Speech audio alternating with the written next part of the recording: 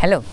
তো দাদা, আমাদের জীবনে আমাদের লাইফস্টাইলে কিছু কিছু অন্ধবিশ্বাস কথা থাকে না, যেগুলো আমরা মানি না, কিন্তু যতক্ষণ না আমাদের সাথে ওইরকম কিছু ঘটনা ঘটে ততক্ষণ আমরা ওটাকে মানি না, কিন্তু যেই ঘটনাটা ঘটে যায় তারপর আমরা না সেই অন্ধবিশ্বাসটাকে বিশ্বাস করে ফেলি। তো এই গল্পটা একটা অন্ধবিশ্বাস নিয়ে। আমি আর আমার বন্ধু ঈদ ঈদ আসছে সামনে, কেরালায় ছিলাম আমরা। তো শপিং করতে বেরিয়েছি দুপুরে প্রায় 2টোর দিকে। কৈকোট যেতে হবে স্যার, কুটিয়াড়ি থেকে 2 ঘন্টা লাগে। তো 2টোর দিকে বেরিয়েছি, যাচ্ছি আমাদের হেঁটে হেঁটে যাচ্ছি, দুজন গল্প করতে করতে না আমাদের আগের দিক থেকে কালো বিড়াল একটা রাস্তা কেটে চলে গেছে। আমরা ইগনোর করে দিয়েছি, আরে গো ফাক ইউর সেলফ বলে দিলাম বিড়ালটাকে, যাও। চলে গেলাম, বাসে উঠে গেলাম। এবার কৈকোটে যে সানডে মার্কেটে স্যার সস্তা সস্তা জামা প্যান্ট পাওয়া যায় ওখানে, এখন পর্যন্ত পাওয়া যায়। তো ওখানে জিন্স 350 টাকা করে পাওয়া যেত, ওই জন্য যেতাম কিনতে। শার্টও 300 250 টাকায় 200 টাকায় এরকম পাওয়া যেত পরার জন্য। তো না না না, আমরা তো সস্তা নিইনি, ঈদে পরবো না দাদা, ভগবান খারাপ ভেবে নেবে তো সস্তা পড়ে যদি ঈদ পড়তে যায়, ঠিক আছে, ভগবান খারাপ ভেবে নেবে।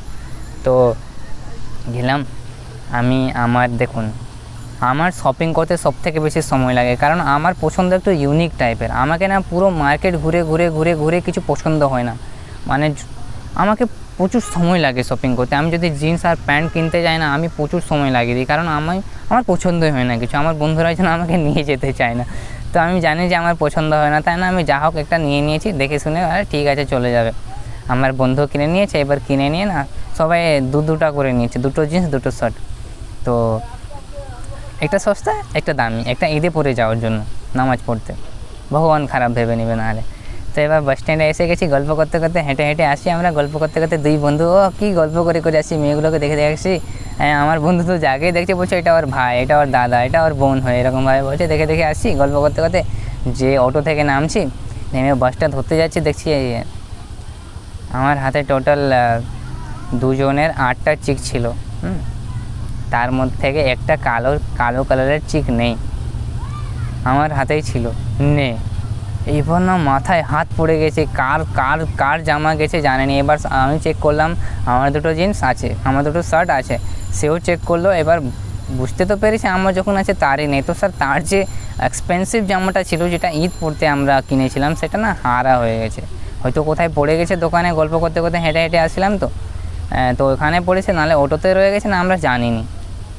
হেভি কাণ্ড হয়েছে আমাদের সাথে। এবার অনেক দামি শার্ট ছিল স্যার, আমরা জীবনে প্রথমবার অত দামি শার্ট কিনেছি। তার আগে তো আমরা সস্তা সস্তা জামা কিনেছি, তার আগে মা কিনে দিত, তো জানতাম না কত দাম হয় জামা কাপড়ের।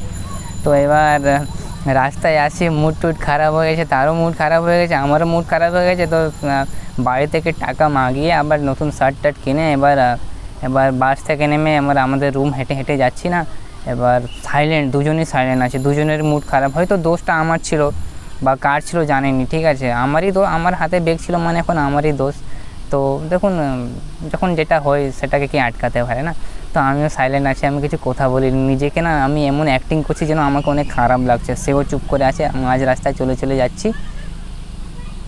সেইখানটায় যেয়ে বলছে, ভাই তোমাকে মনে আছে আমরা যখন সকালবেলা যাচ্ছিলাম একটা কালো বিড়াল রাস্তা কেটেছিল? বলছি হ্যাঁ হ্যাঁ হ্যাঁ কেটেছিল। কি আমার জামাটাও কালো কালারের? বলছি হ্যাঁ। দেখেছো ভাই, লোক যেটা বলে সত্যি হয়ে, কালো বিড়াল রাস্তা কেটেছে, দেখেছো আমাদের সাথে দুর্ঘটনা হয়ে গেছে। তখন থেকে আমরা না এই অন্ধবিশ্বাসটা বিশ্বাস করে নিয়েছি। কারণ হয়েছে একটাই, কালো বিড়াল রাস্তা কেটেছে, কালো জামা গেছে, আরও কালারের শার্ট ছিল সেটা যেতে পারতো, কালো কালারের জামা কেন গেছে? সব থেকে বড় ফ্যাক্ট এটাই। ভাই ভাই, টেক কেয়ার, খোদা হাফেজ, লিভ লাইফ, লিভ ডিম। সাদা জাতি দেখলেই